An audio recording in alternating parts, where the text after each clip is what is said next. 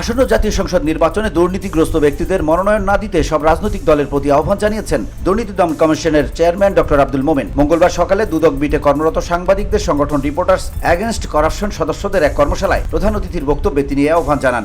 দুদক chairman বলেন, রাজনৈতিক দলগুলো দুর্নীতিগ্রস্ত ব্যক্তিদের মনোনয়ন দেওয়ার কারণেই দুর্নীতি প্রতিরোধ করা কঠিন হয়ে উঠেছে। দলগুলো এ বিষয়ে সতর্ক থাকলে দেশ থেকে দুর্নীতি নির্মূল করা সম্ভব হবে।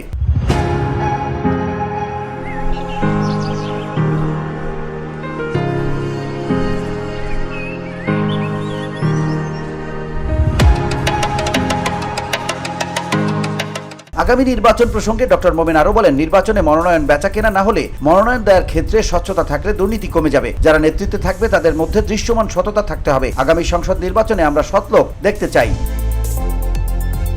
VOD Bangla news desk.